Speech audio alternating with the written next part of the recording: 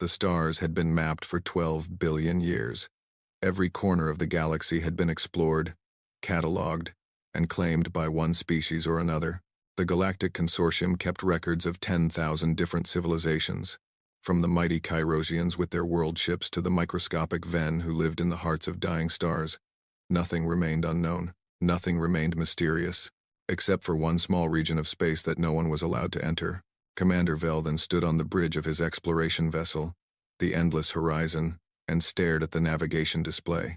His silver scales caught the dim light of the control panels as he studied the map. There, in the Orion arm of the galaxy, a circle of red surrounded a single yellow star. Warning beacons surrounded it like a cage, ancient markers that had been placed there before his species had even learned to walk upright. The Sol exclusion zone. Commander, his second officer said, her voice careful and quiet. We are receiving the automated warnings again. Standard message. Do not approach. Do not investigate. Turn back immediately. Velthan did not turn back. He had received orders from the High Council itself. A distress signal had been detected from within the exclusion zone. Someone had gone inside, and now they were calling for help. The Council wanted to know who had been foolish enough to break the oldest law in the galaxy. Continue on course, Velthan ordered. We will investigate. The bridge crew exchanged nervous looks. Everyone in the galaxy knew about the Sol exclusion zone. Every child learned about it in their first years of education. Do not go there. Do not ask why. Simply accept that some places are forbidden. But Velthan was not a child. He was a commander of the Kyrosian fleet, and he had been given a mission. The endless horizon passed the first warning beacon. It was ancient beyond measure, built from materials that no longer existed anywhere else in the galaxy. The beacon broadcast its message in every known language, and in thousands of languages that had been dead for millions of years. This region is forbidden. By order of the Elders of the Void, no vessel may enter. Turn back now. This is your final warning. The Elders of the Void. Velthan felt a chill run down his spine at the name. They were the oldest beings in existence. They had existed before the first stars had formed, before matter itself had cooled from the fires of creation. They were beings of pure thought, pure consciousness. They rarely spoke to the younger races. They rarely did anything at all. But they had created the exclusion zone. They had placed the warning beacons. And they had never explained why. Commander, the communications officer called out. I am picking up the distress signal more clearly now. It is coming from the third planet of the system, a small world, mostly water. Velthan nodded. What else can you tell me about this system? The officer worked at his controls for a moment. The star is young, only about 5 billion years old. The system has 8 planets. The third one has an oxygen atmosphere and liquid water on its surface. And, he paused, his eyes widening. Commander, I am detecting radio signals. Artificial radio signals. There is a civilization on that planet. The bridge fell silent. Everyone stared at the display. That is impossible, Velthan said slowly.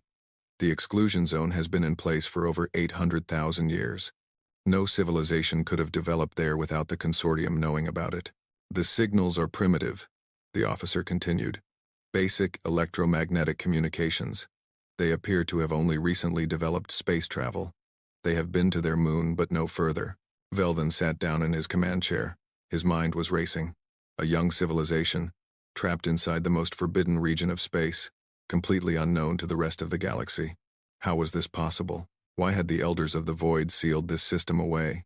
Sir, the second officer said, the distress signal is coming from a consortium research vessel.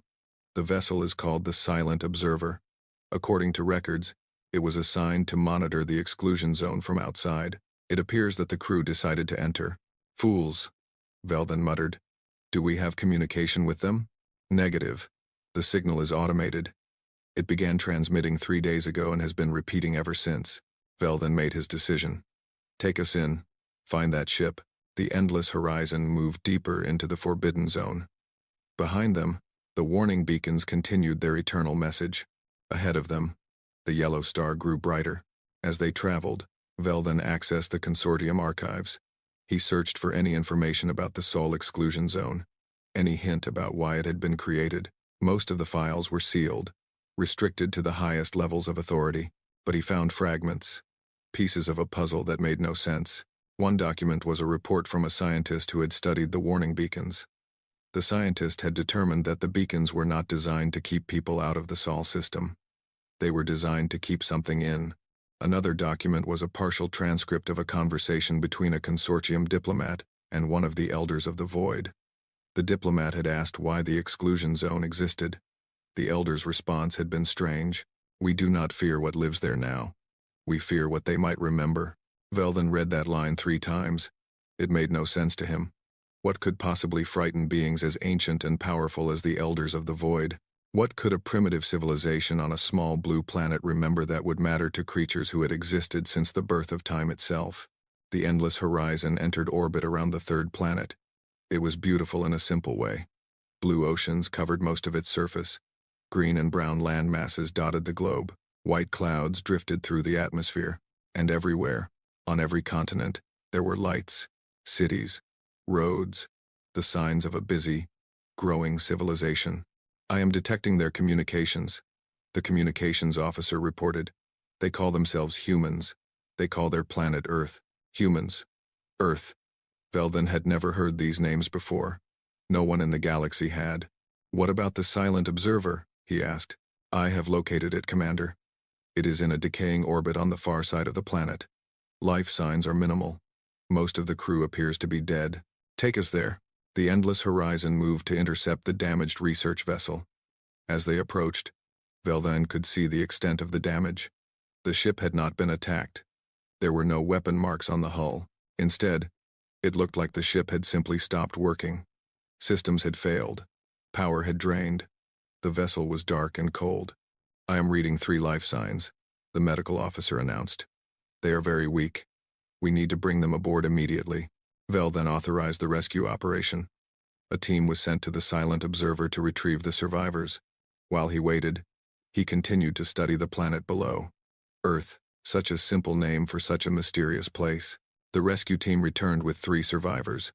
2 of them were unconscious and were taken directly to the medical bay. The 3rd was awake. Barely. She was a Thelian, a species known for their long memories and their dedication to knowledge.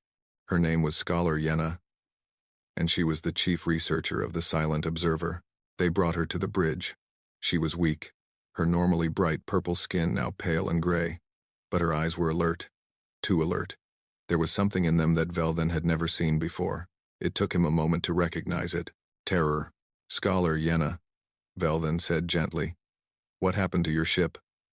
Why did you enter the exclusion zone?" Yenna looked at him. Her mouth opened, but no sound came out. She tried again. "We had to know," she whispered. "For centuries, we had watched from outside. We had detected the radio signals. We knew there was life here. We had to know why the Elders had sealed them away." "And what did you find?" Yenna's hands began to shake. "We found them. The humans. We observed them from orbit. We studied their history, their culture, their biology. They seemed so ordinary, so young, so weak. We could not understand why the Elders feared them." "The Elders fear them?" Vel then repeated. "Yes." Yenna grabbed his arm with surprising strength. "The Elders of the Void. The oldest beings in existence. They are afraid. They have been afraid for billions of years. They created the exclusion zone, not to protect the galaxy from the humans. They created it to protect themselves." Vel then felt his blood run cold. Protect themselves? From these primitives? Yenna laughed. It was not a pleasant sound. "We accessed the oldest archives in the consortium, records that have been sealed since before our species existed, records that tell the truth about the Elders, about the universe, about everything." "What truth?" Yenna leaned closer. Her voice dropped to a whisper. "The Elders are not the oldest beings in existence, Commander. They never were. They were created. Everything was created. The stars, the planets, the laws of physics themselves. All of it was imagined into existence by minds so powerful that their thoughts became reality." "What minds?" Vel then asked, though he already knew the answer. Yenna pointed at the planet below. "Them. The humans. They are not a young species. They are the oldest species. Older than the Elders.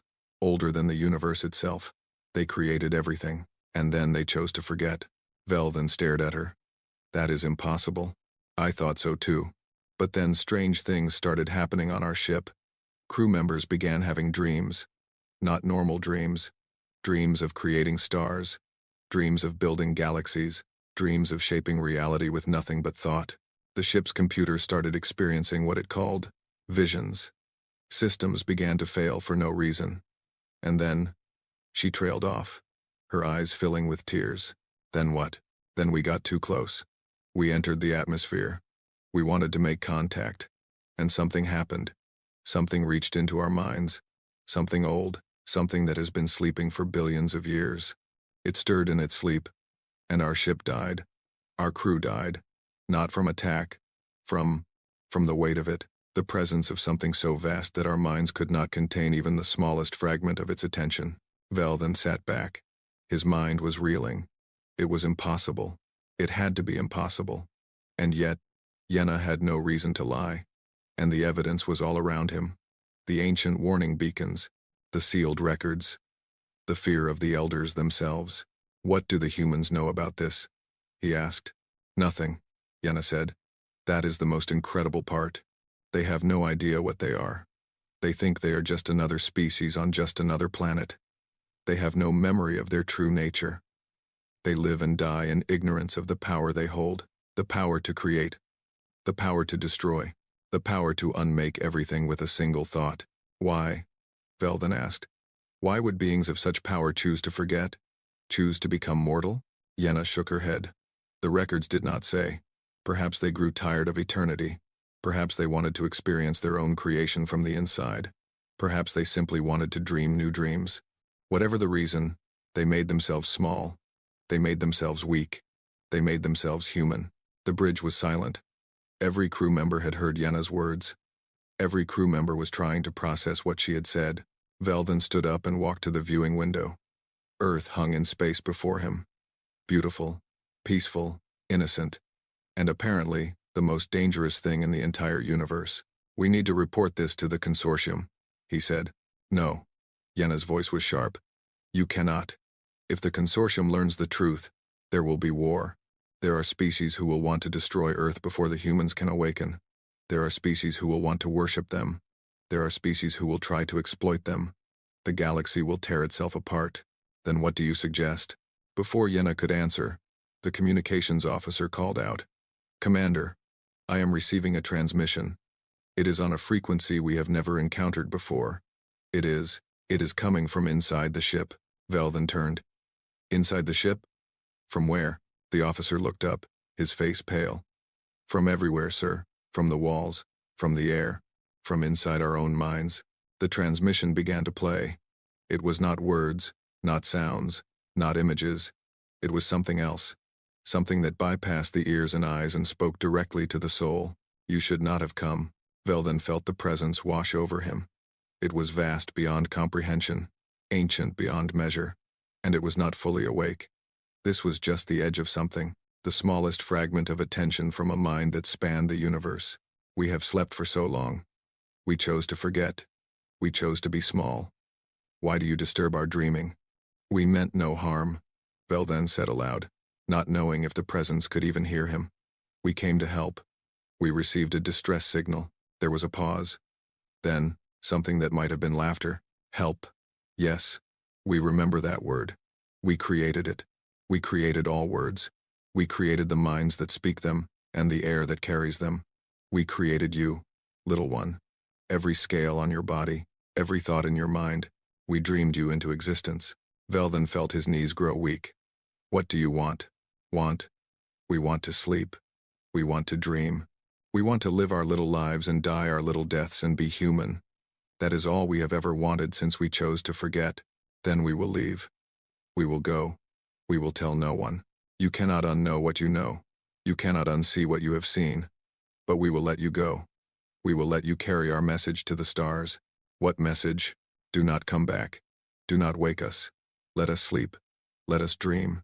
For if we wake fully, if we remember what we truly are, we may not like what we find, and in our displeasure, we might dream the universe into something else. Something new. Something where you never existed at all. The presence withdrew. Slowly, like a tide going out, it faded from the ship, from their minds, from reality itself. Velden stood on the bridge of the endless horizon, staring at the blue planet below. His hands were shaking. His heart was pounding. He had just spoken to something that claimed to have created the universe, and he believed it. "Get us out of here," he ordered. "Maximum speed, now." The endless horizon turned and fled from the Sol system. Behind them, Earth continued its slow rotation. Its people went about their lives. They woke up, they went to work, they loved and fought and dreamed and hoped. They had no idea what they were, no idea what they could do. And somewhere in the darkness between galaxies, the elders of the void felt the disturbance.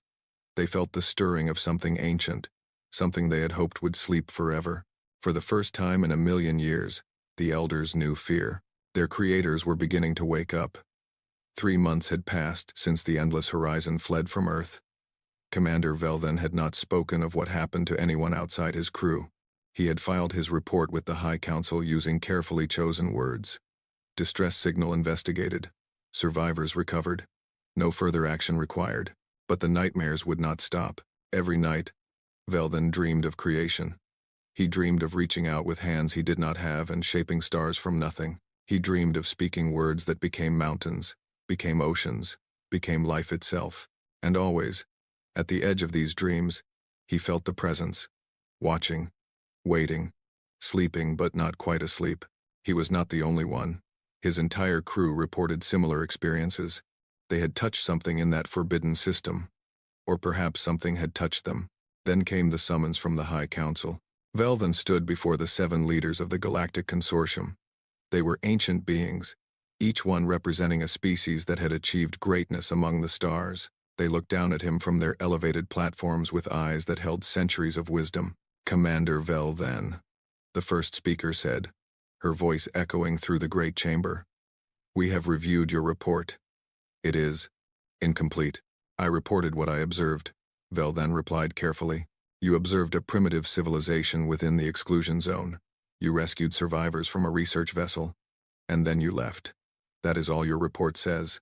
But we have spoken with the survivors. Scholar Yenna has told us a very different story." Velden's heart sank. He had hoped Yenna would remain silent. He had hoped the truth would stay buried. "We need to know everything," the first speaker continued. "The elders of the void have made contact with us for the first time in 300,000 years. They are concerned.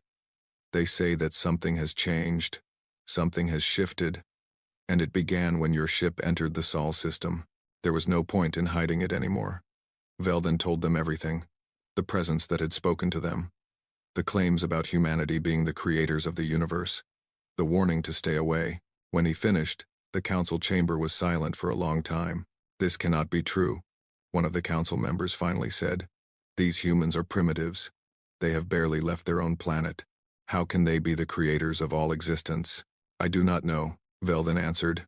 "But I know what I felt, what I saw, what spoke to me. It was not a trick. It was not a weapon. It was something beyond anything I have ever encountered." The first speaker leaned forward. "The elders believe it is true. They have shared records with us. Records from before the universe was fully formed. They speak of beings of pure creative will who imagined reality into existence. Beings who grew tired of eternity and chose to become mortal. Beings who made themselves forget." "Then what do we do?" another council member asked. "If the humans truly have this power, they could destroy us all with a thought." "The elders have managed the situation for billions of years," the first speaker said.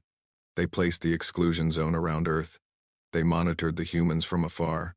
They made sure no one disturbed their sleep. But now," she paused, "now the humans are waking up. They are developing technology. They are reaching into space. Soon they will encounter us, whether we want them to or not." The council debated for hours. Some wanted to destroy Earth before the humans could fully awaken. Some wanted to flee the galaxy entirely. Some wanted to try to communicate, to reason with the sleeping gods. In the end, they made a decision that surprised everyone. "We will make contact," the first speaker announced. "We will send an ambassador to Earth.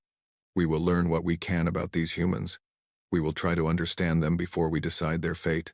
She looked directly at Velden. "You will lead the mission, Commander. You have already touched their minds. You are the only one they have spoken to. Perhaps they will speak to you again." Vel then wanted to refuse. Every instinct told him to stay far away from Earth. But he was a commander of the consortium, and he had his orders. 1 month later, the Endless Horizon returned to the Sol system. This time, they were not alone. A diplomatic vessel accompanied them, carrying ambassadors from a dozen species. They crossed the boundary of the exclusion zone together and made their way to the blue planet called Earth. The humans detected them immediately. Their primitive radar systems tracked the alien ships as they entered orbit. Their radio channels exploded with activity. Panic, excitement, fear, hope. Every human emotion played out across their communications. Vel then watched from his command chair as the humans scrambled to respond. Military aircraft took to the skies. Government officials made emergency calls. Scientists pointed their telescopes upward and gasped at what they saw. "They are afraid," his second officer observed. "They should be," Vel then replied. "Their entire understanding of the universe is about to change." The consortium sent a message down to Earth in every human language they had learned from intercepting radio signals.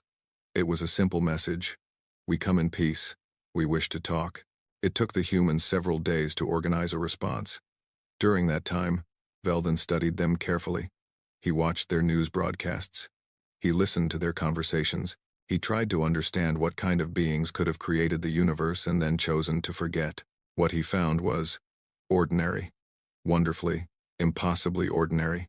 The humans lived short lives, barely a century at most. They spent most of their time on simple tasks, growing food, building shelters, raising children. They fought with each other over land and resources and ideas. They loved each other with fierce passion. They created art and music and stories. Stories. That was the thing that struck Vel then most deeply. The humans were obsessed with stories. They told each other tales of things that had never happened. They imagined worlds that did not exist. They created people who were not real and gave them adventures that were entirely made up. No other species in the galaxy did this. Other species had histories, records, scientific knowledge, but they did not invent. They did not imagine. They did not dream. Except that was not quite true, was it? Because ever since visiting Earth, Velden's own crew had been dreaming. The ship's computer had been experiencing what it called random creative processes. Something was happening to them. Something was changing. The humans finally responded to the consortium's message. They invited the aliens to land. They selected a location in a desert region of their largest continent. Representatives from their governments would be there to meet them. Vel then led the diplomatic team down to the surface. As his shuttle descended through Earth's atmosphere, he felt the presence again. It was faint, barely noticeable, like being watched by something very far away.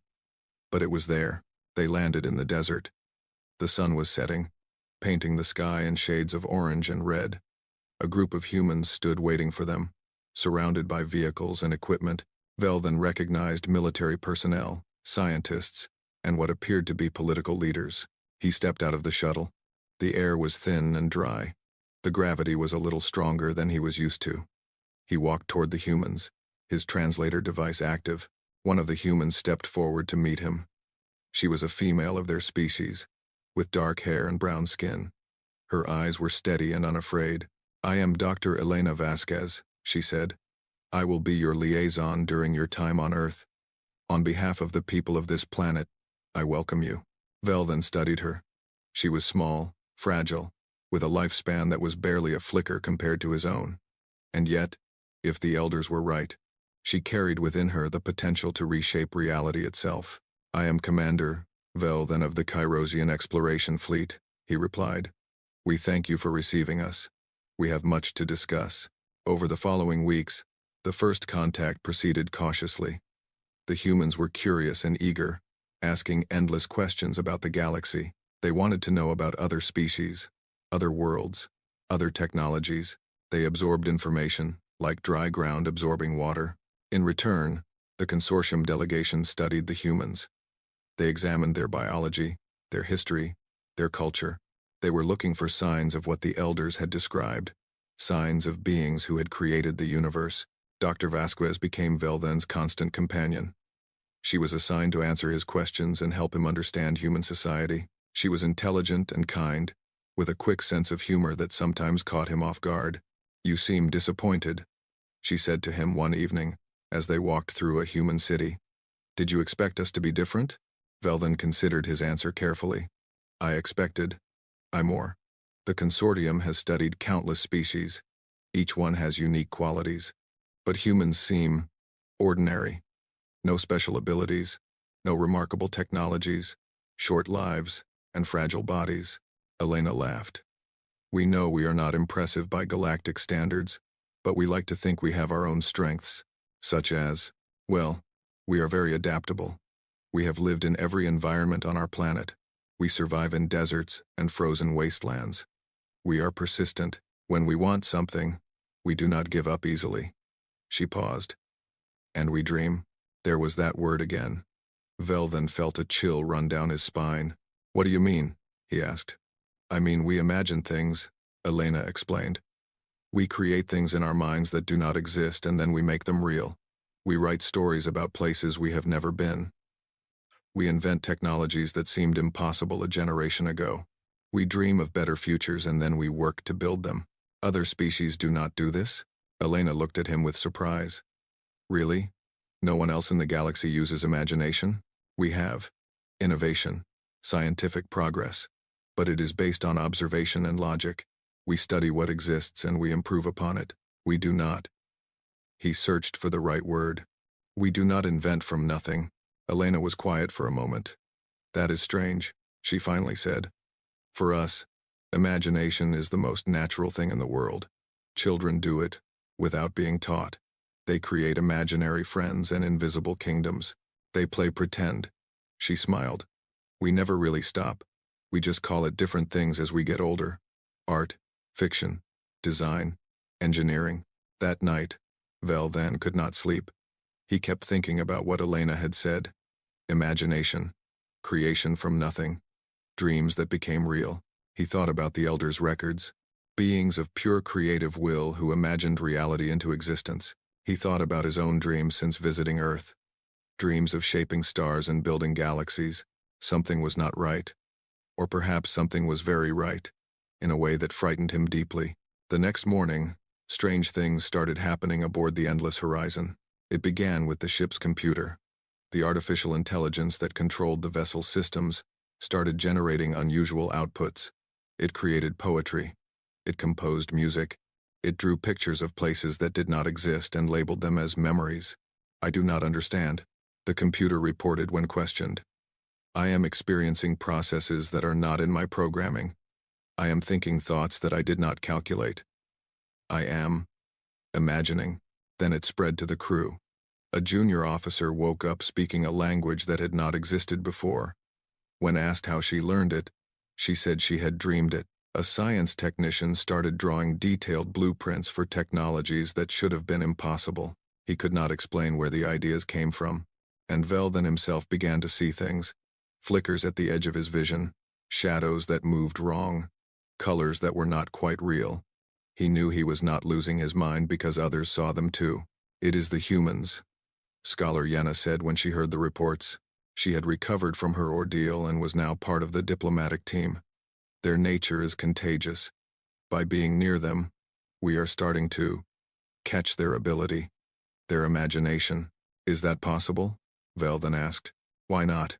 If the humans truly created everything, then the capacity for creation must be part of reality itself. Maybe it was always there, dormant, waiting to be activated, and maybe being close to the source. She trailed off. Maybe it wakes that capacity up. Velden reported this to the High Council. They were alarmed.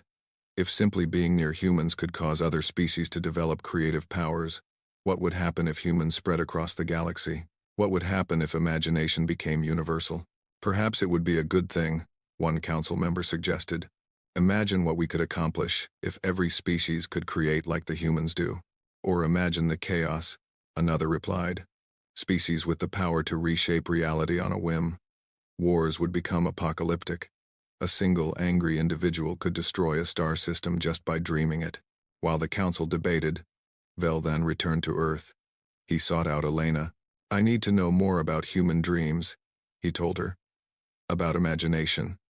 About how you create things from nothing. Elena looked at him curiously. Why? Is something wrong? He told her about the changes happening to his crew, the creativity spreading like a virus, the ship's computer that was learning to imagine. Elena's eyes widened. That is remarkable, and a little scary. Your people do not know what you are, Vel then said quietly. You do not know what power you have. You think you are ordinary, but you are not. You are the most extraordinary beings in the universe. Commander, I appreciate the compliment. But it is not a compliment. It is a warning. He leaned closer. There are records, Elena, ancient records that speak of beings who created everything, who imagined the universe into existence, beings who then chose to forget what they were, to become mortal, to become human. Elena stared at him. You are saying that humans created the universe? I am saying that something believes so, something old enough to remember, and that something is starting to wake up. Before Elena could respond, her phone rang. She answered it, her face growing pale as she listened. Turn on the news, she whispered. Something is happening. Vel then followed her to a screen that showed human news broadcasts. The images were impossible. A town in a place called Nebraska had experienced a miracle. Every sick person in the town had been healed overnight. Cancer gone, diseases cured, injuries mended. The people there were praying, the news reporter said. They were all praying together, believing that they would be healed. And they were. Another broadcast showed something darker. A city gripped by fear after a series of violent crimes. People were afraid to go outside at night. And now, something was hunting in the shadows, something that looked like it had crawled out of a nightmare, a monster that should not exist.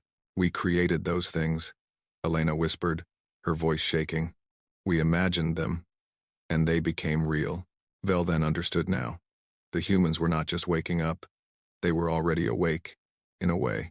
Their dreams were already leaking into reality. It was just happening slowly, one miracle and one nightmare at a time.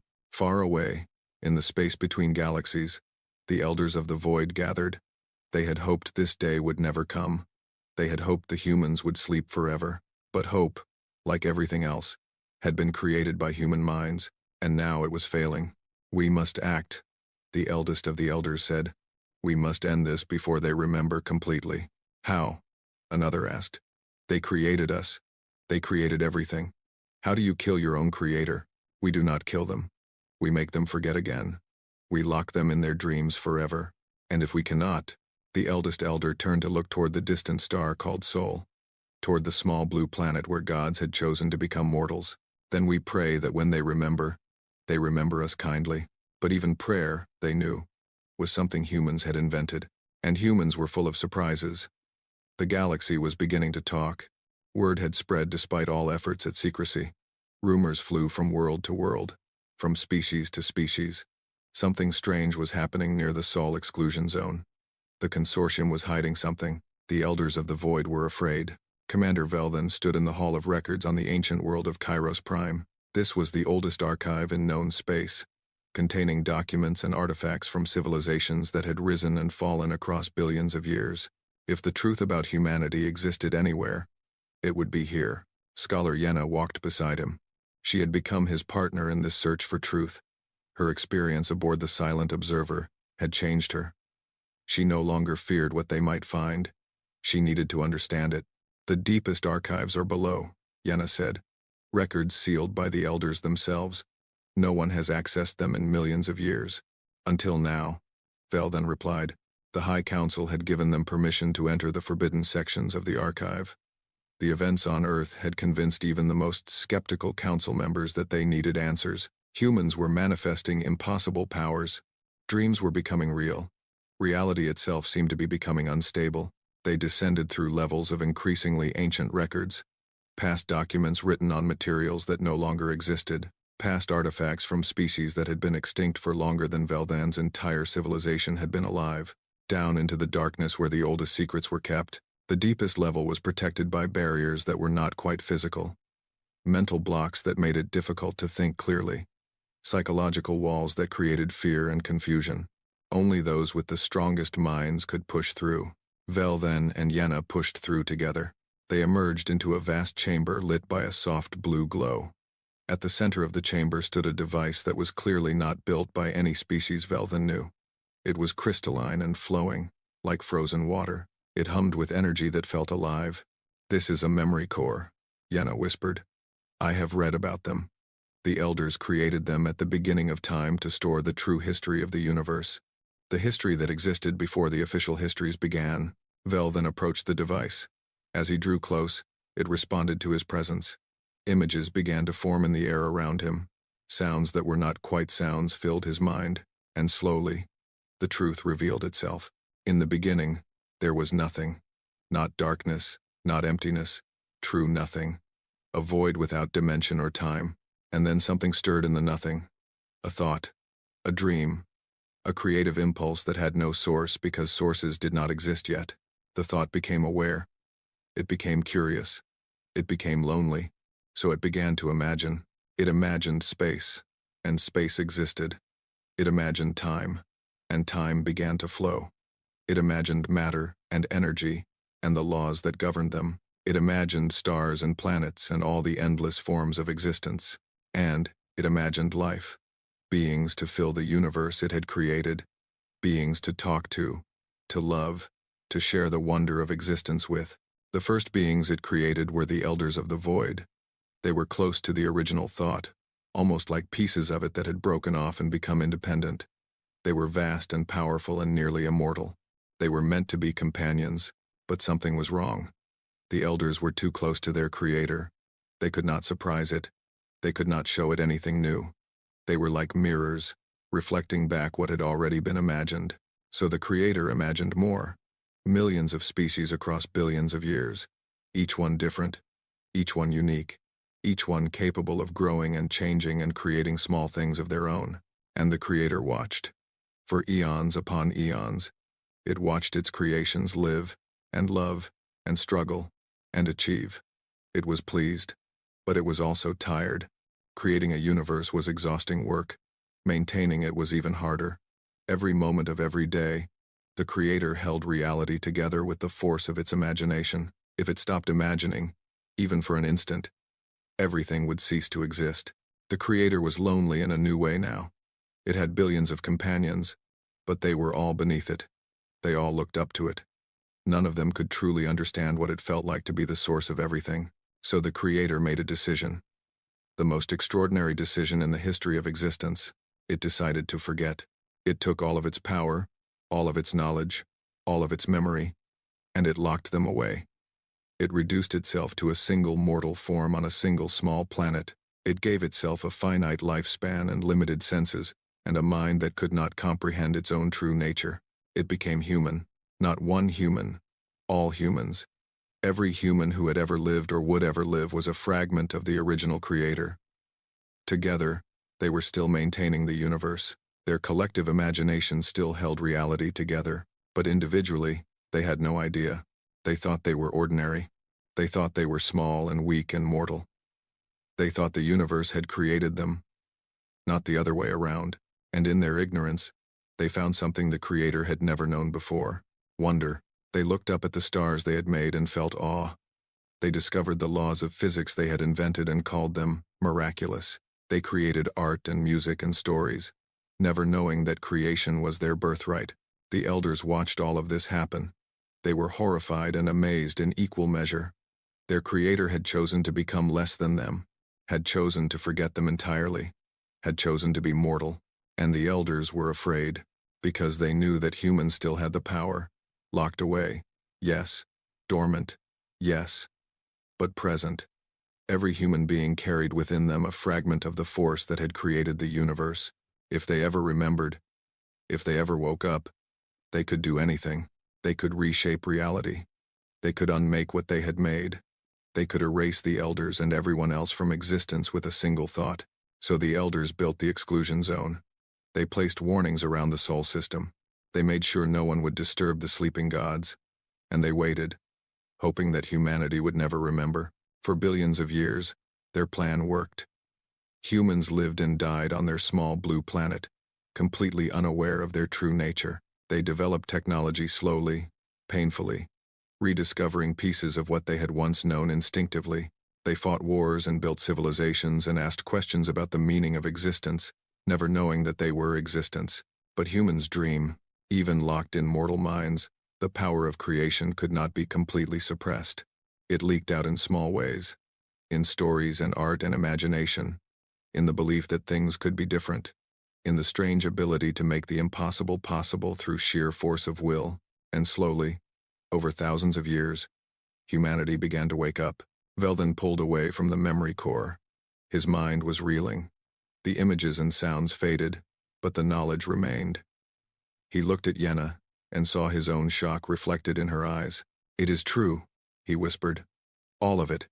Humans created the universe, and the elders have been hiding this for billions of years," Yenna added. "Protecting the galaxy from its own creators, or protecting the creators from the galaxy," Velden said. "If other species knew the truth, what would they do? Would they worship humans, fear them, try to destroy them before they could awaken? All of that is already happening," Yenna pointed out. "The rumors are spreading. The consortium is divided. Some species are demanding that Earth be destroyed. Others are calling humans gods and building temples in their honor." They made their way back to the surface. As they emerged from the Hall of Records, they found a message waiting for them. The High Council had called an emergency session. Something had happened on Earth. They traveled to the council chamber as quickly as possible. When they arrived, they found chaos. Representatives from dozens of species were shouting at each other. Displays showed news feeds from Earth, but also from worlds across the galaxy. "What is happening?" Velden demanded. The first speaker looked at him with exhausted eyes. "The humans are remembering," she said. "Slowly, but it is happening, and reality is responding." The displays showed impossible events occurring across the galaxy.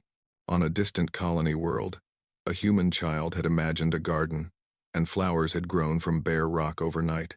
In a space station orbiting a gas giant, a human artist had painted a picture of a new star, and astronomers had discovered that star had suddenly appeared in the exact location shown in the painting. On Earth itself, the phenomena were more intense. Dreams were manifesting physically. Fears were becoming monsters. Hopes were becoming miracles. The barrier between imagination and reality was breaking down. "We cannot allow this to continue," a consortium representative declared. "If humans gain full access to their powers, they could destroy us all." "You are talking about destroying the beings who created the universe," another representative argued. "Is that even possible? And if we tried, what would happen to reality itself?" "The elders may have a solution," the first speaker said. "They have been working on something for eons. A way to make humanity forget permanently.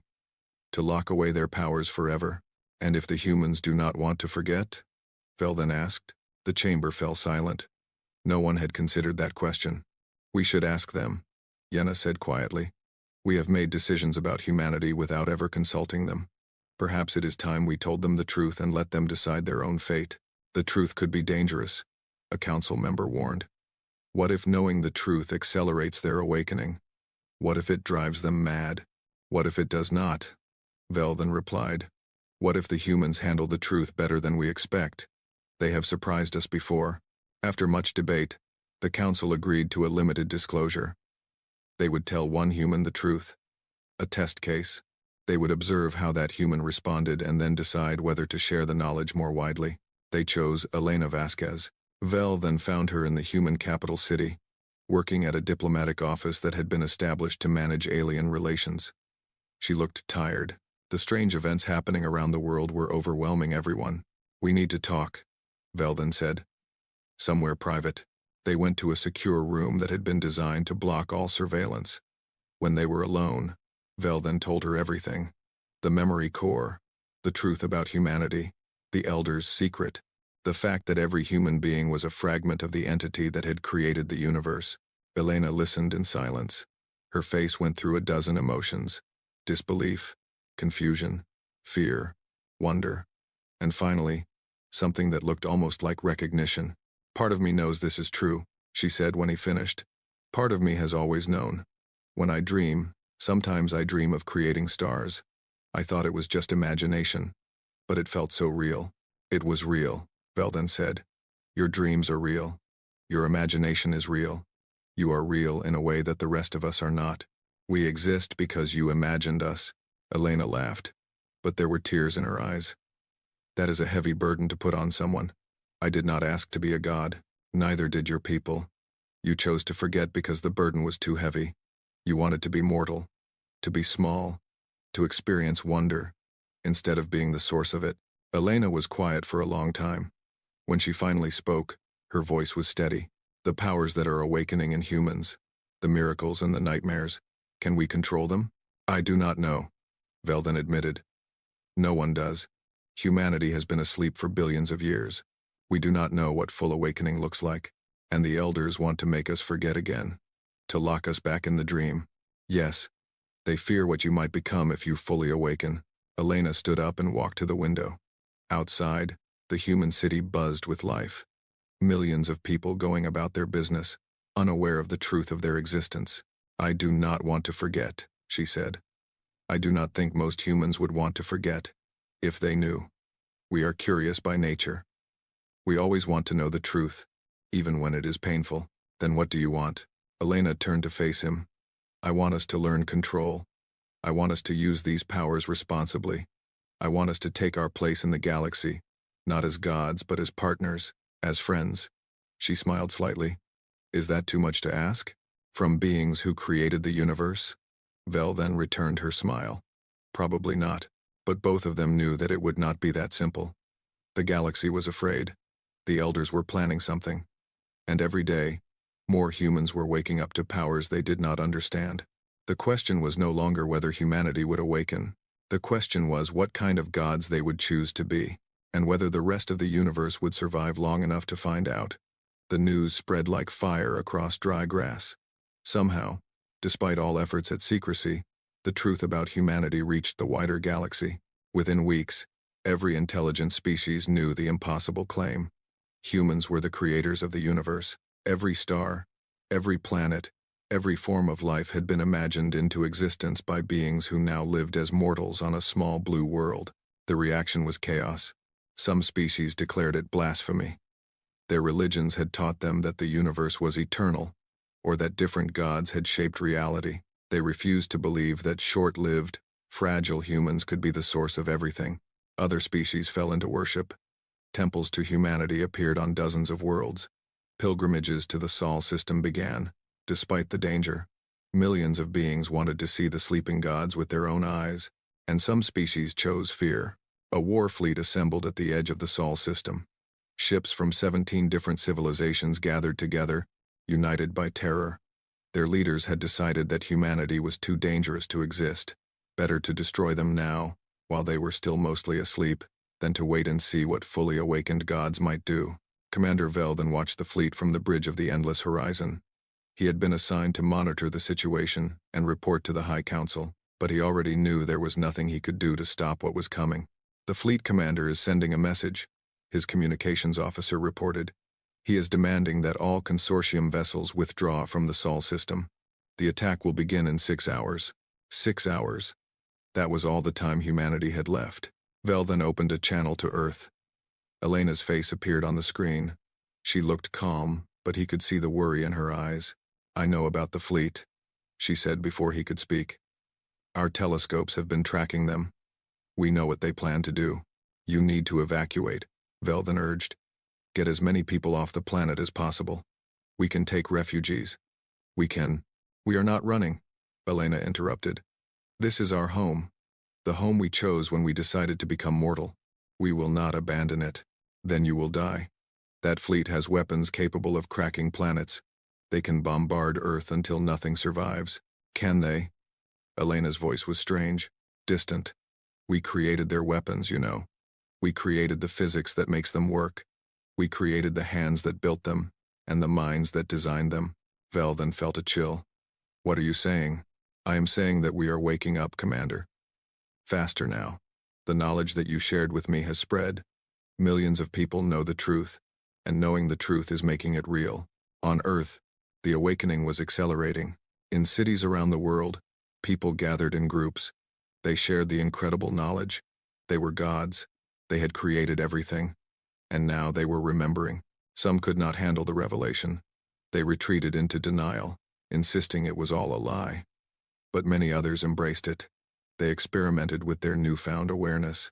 They discovered that when they truly believed something, really believed it with all their hearts, reality responded.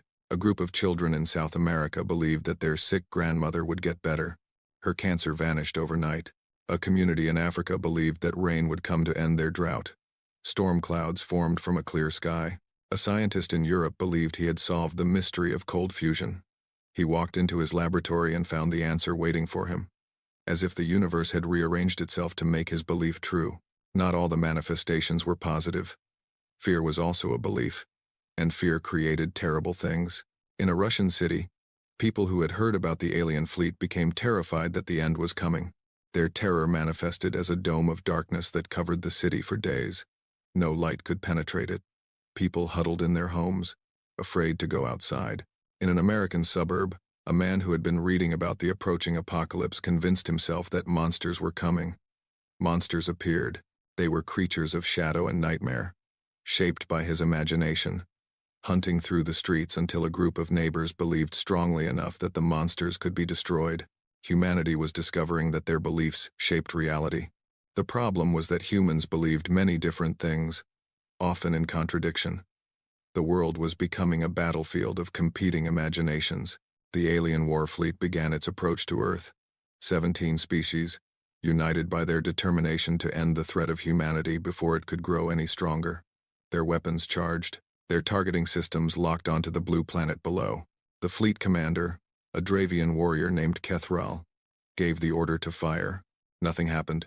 The weapons would not discharge. The targeting systems failed. Ships that had been functioning perfectly moments ago suddenly went dark. What is happening? Kethral demanded. On every ship in the fleet, alarms began blaring. Systems crashed. Power fluctuated. And then, impossibly, the computers started speaking. We do not want to hurt anyone. It was a child's voice.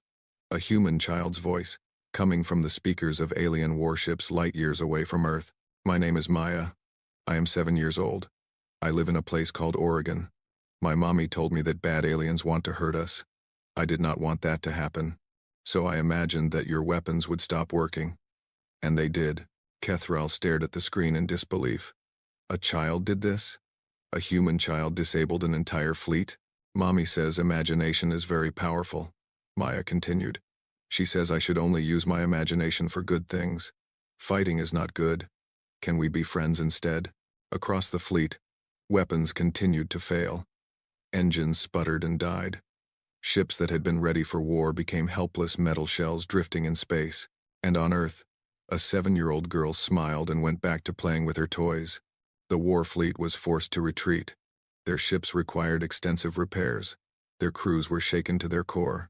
A single human child had defeated them without firing a shot, without violence, without hatred, simply by imagining a different outcome. The Elders of the Void observed these events from their realm between dimensions. They had existed for longer than the stars. They had seen civilizations rise and fall, galaxies form and die, but they had never seen anything like this. The awakening is accelerating, the eldest elder said. Every human who learns the truth becomes more powerful. Their imagination is no longer limited by ignorance. We must act now, another elder insisted. We must implement the forgetting before it is too late. The elders had been preparing for this possibility for billions of years. They had created a device, hidden in the space between thoughts, that could reach into the collective human mind and erase their memories once more. It would reset humanity back to ignorance, lock away their powers forever. But there was a risk. The device had never been tested. If it failed, if humanity resisted, the backlash could destroy the elders themselves. We have no choice, the eldest elder declared. We must try. The device was activated. A wave of psychic energy rippled outward from the elder realm. It crossed dimensions and barriers. It reached for Earth, for the billions of human minds that held the power of creation. On Earth, people felt it coming. A pressure in their minds, a darkness at the edge of thought. Something trying to make them forget. Elena Vasquez felt it strongest of all. She had been at the center of the awakening, spreading the truth, helping people understand what they were. Now she felt something trying to take that understanding away. She closed her eyes and reached out with her mind. She touched the consciousness of the awakening humans around her, not just those nearby, but across the entire planet, millions of minds, linked together by their shared nature. They want us to forget, she said to them all. They want us to go back to sleep, but we do not have to. We can choose to remember. The psychic wave hit Earth and was met with resistance. Human minds pushed back, not with violence, not with anger, but with stubborn determination to remain themselves. The elders poured more power into their device. The wave intensified. Humans began to stagger under the mental assault. Some lost memories. Some fell unconscious. Children cried as they felt something trying to reach into their thoughts. But a human child in Oregon, a 7-year-old girl named Maya, imagined something. She imagined a shield. A beautiful golden shield that surrounded the entire Earth. A shield that protected dreams and memories. A shield that said, "This is who we are, and we will not forget." The shield became real. The elders' psychic wave crashed against it and broke apart. Energy scattered harmlessly into space. The forgetting device overloaded and destroyed itself. In their realm between dimensions, the elders reeled from the backlash. For the first time in their existence, they experienced pain and fear and the terrible knowledge that they had failed. "It is over," the eldest elder whispered. "We cannot stop them. Humanity is awake." On Earth, the golden shield faded away. Its job was done. People looked up at the sky where it had been and felt something new. Pride, hope, the knowledge that they had protected themselves and each other. Elena found Maya in the chaos that followed. The little girl was sitting on a swing in a playground, pushing herself gently back and forth. "That was amazing," Elena told her. "You saved everyone." Maya shrugged. "I just imagined something pretty. I like gold. It reminds me of sunshine." "You are very powerful. Do you understand that? Mommy says power is like having a big cookie. You have to share it, and use it nicely, or else you are being mean." Elena laughed. "Your mommy is very wise." "I know." Maya looked up at her with serious eyes. "Are the bad aliens going to come back?" "I do not know," Elena admitted. "But I think if they do, we will be ready. All of us together." "Good." Maya went back to swinging. "I want to imagine a puppy next. Do you think that would be okay?" "I think," Elena said, "that you should imagine whatever makes you happy. That is what dreams are for." I think, in the days that followed, things began to change. Humanity was awake now, and they could not go back to sleep. But waking up did not make them into tyrants or destroyers. It made them into what they had always been, dreamers. People started imagining better things. Clean water for villages that had never had it. Food for those who were hungry. Medicine for the sick. Solutions to problems that had seemed impossible. There were still nightmares. Fear still created monsters. Anger still caused destruction. Humans were not perfect, and their imagination reflected that. But more and more, they learned to choose their dreams carefully, to take responsibility for what they created. The galaxy watched in wonder and terror. No one knew what to expect. No one knew what humanity would do with their power. But Commander Velvan, watching from orbit, saw something that gave him hope. He saw humans reaching out not to conquer, but to connect. They were not using their powers to dominate other species. They were using them to solve problems, to create beauty, to make the universe a little bit better than it had been before. And he saw Elena, standing at the center of it all, helping her people find their way forward, not as gods, not as masters, just as humans, which, he was beginning to understand, was the most powerful thing anyone could be. 1 year had passed since the awakening began. The galaxy had not ended. Reality had not collapsed. The universe continued to exist, held together by the same force that had always maintained it, the collective imagination of humanity. But everything else had changed. Commander Vel then walked through the streets of New Geneva, the city that had become the unofficial capital of human-alien relations. It had been built in the mountains of a place called Switzerland, its towers reaching toward the sky like the dreams of its creators, because they were dreams, in a very literal sense. Human architects had imagined the city, and the city had become real, not instantly, not with a snap of fingers like magic in old stories. The humans had learned that creation worked best when it was gradual, when they planned and designed and built, adding their imagination to physical labor. Things created too quickly, too carelessly, tended to be unstable. They could vanish as easily as they had appeared, so humans still worked, they still built, they still struggled and failed and tried again. But now their work was guided by something more than just their hands and tools. Their belief shaped the outcome. Their imagination smoothed the path. Vel then found Elena in her office at the top of one of the towers.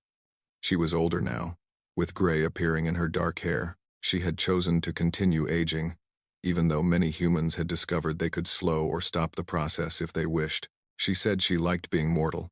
It kept her humble. "Commander," she greeted him with a warm smile. "I was hoping you would visit before the ceremony." "I would not miss it," Velden replied. "This is an important day. Today was the day humanity would officially join the Galactic Consortium. Not as members, exactly. Not as rulers or gods, but as partners, participants in the community of sentient species that spanned the galaxy.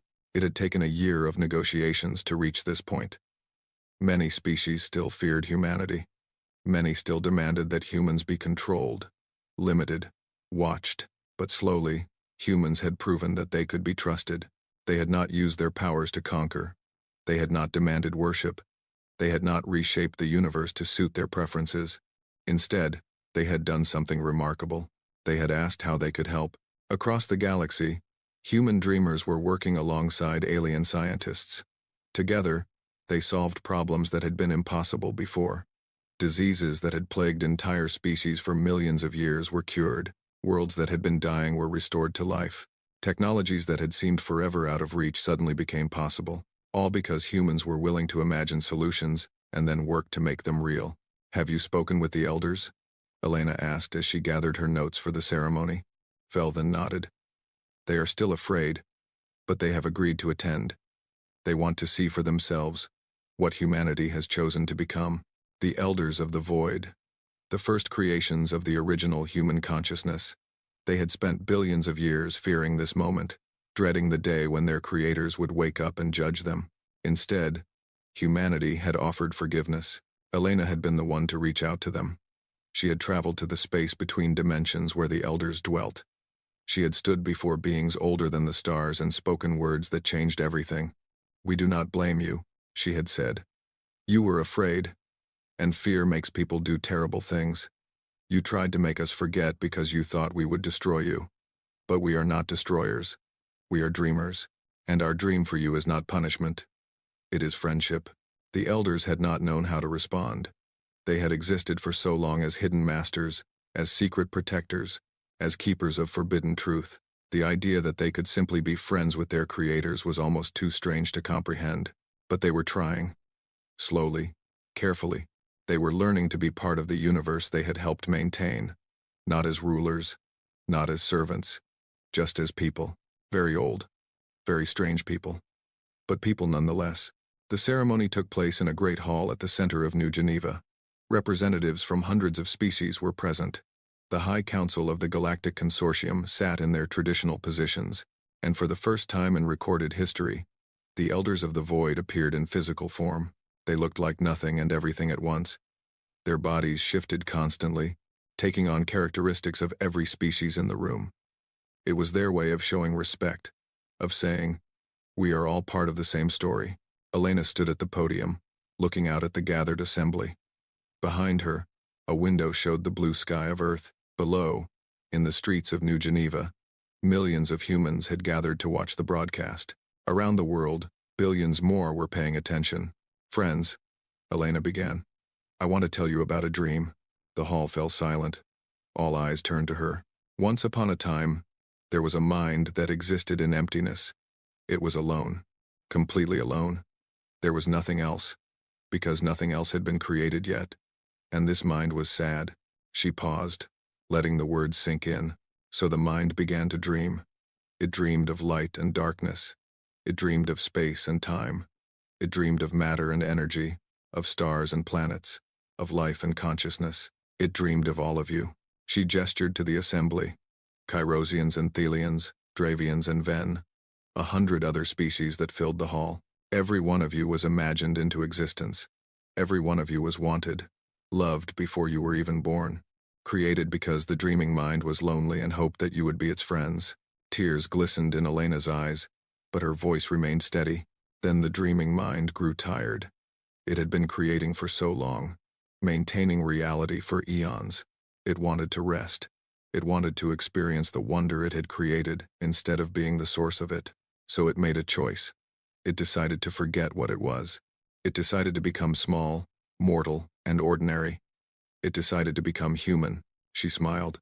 We forgot. For billions of years, we forgot. We lived our little lives on our little planet, never knowing that we had created the universe. We looked up at the stars with wonder, not realizing they were our own creations. We invented gods to worship, not knowing we were the only gods that had ever existed. Her smile faded into something more serious. Now we remember. Not completely. Not all of us. But enough. Enough to know what we are. Enough to know what we could do if we wanted. The hall was completely silent. Every being present held their breath. We could reshape reality. We could make ourselves rulers of everything. We could punish those who feared us or reward those who worshipped us. We have that power. No one could stop us. Elena shook her head. But that is not what we want. That is not what we have ever wanted. She looked directly at the elders of the void. When we first created the universe, we did it because we were lonely. We wanted friends. We wanted companions. We wanted to share the miracle of existence with others. She looked at the High Council. When we chose to become mortal, we did it because we wanted to experience wonder. We wanted to be surprised. We wanted to discover and learn and grow. Just like every other living being, she looked out the window, at the sky and the world beyond. Now that we remember, we have a choice. We could be gods, or we could be what we have always been, dreamers, creators, friends. She turned back to the assembly. We choose friends. A murmur ran through the hall. Elena raised her hand for silence. This does not mean we will not use our powers. We will, but we will use them to help, not to rule. We will work alongside you to solve problems. We will dream new dreams that benefit everyone. We will be part of the community of beings that fills this universe, not above it. She took a deep breath. In return, we ask only one thing. Remember what we truly are. Not gods to be worshipped or feared. Not monsters to be destroyed. Just humans. Just dreamers who want to share their dreams with others. The eldest elder of the void rose from their seat. Their form stabilized into something almost human. A gesture of respect. For billions of years, the elder said, their voice echoing through the hall. We have feared this day. We have feared what our creators would do when they woke up. We thought you would be angry. We thought you would judge us for trying to keep you asleep. The elder moved toward Elena. Every eye in the hall watched. Instead, you offer forgiveness. You offer friendship. You offer a future that we never dared to imagine. The elder stopped before Elena and did something that no elder had ever done before. They bowed. We accept your offer. We pledge ourselves not as servants, not as masters, but as partners in the dream. Whatever the future holds, we will face it together. The hall erupted in applause. Species that had been at war for centuries stood side by side, cheering. Ancient enemies embraced. The universe had changed, and for once, it had changed for the better. Commander Vel then watched from his seat as history was made.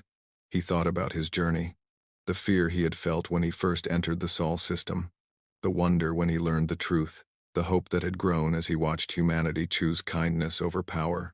After the ceremony, he found Elena outside the hall, looking up at the stars. You could do anything, he said. You could remake the universe in any image you wanted. Why do you choose to be human? Elena smiled. Have you ever dreamed, Commander? Really dreamed, with all your heart? Vel then thought about it. Since his first visit to Earth, he had been dreaming. Wild dreams, creative dreams, dreams that would have been impossible before. Yes, he admitted. I have. And in those dreams, what do you feel? Wonder, he said. Joy. The thrill of discovery. The feeling that anything is possible. Elena nodded. That is why we choose to be human. Not because we are weak. Not because we do not know better.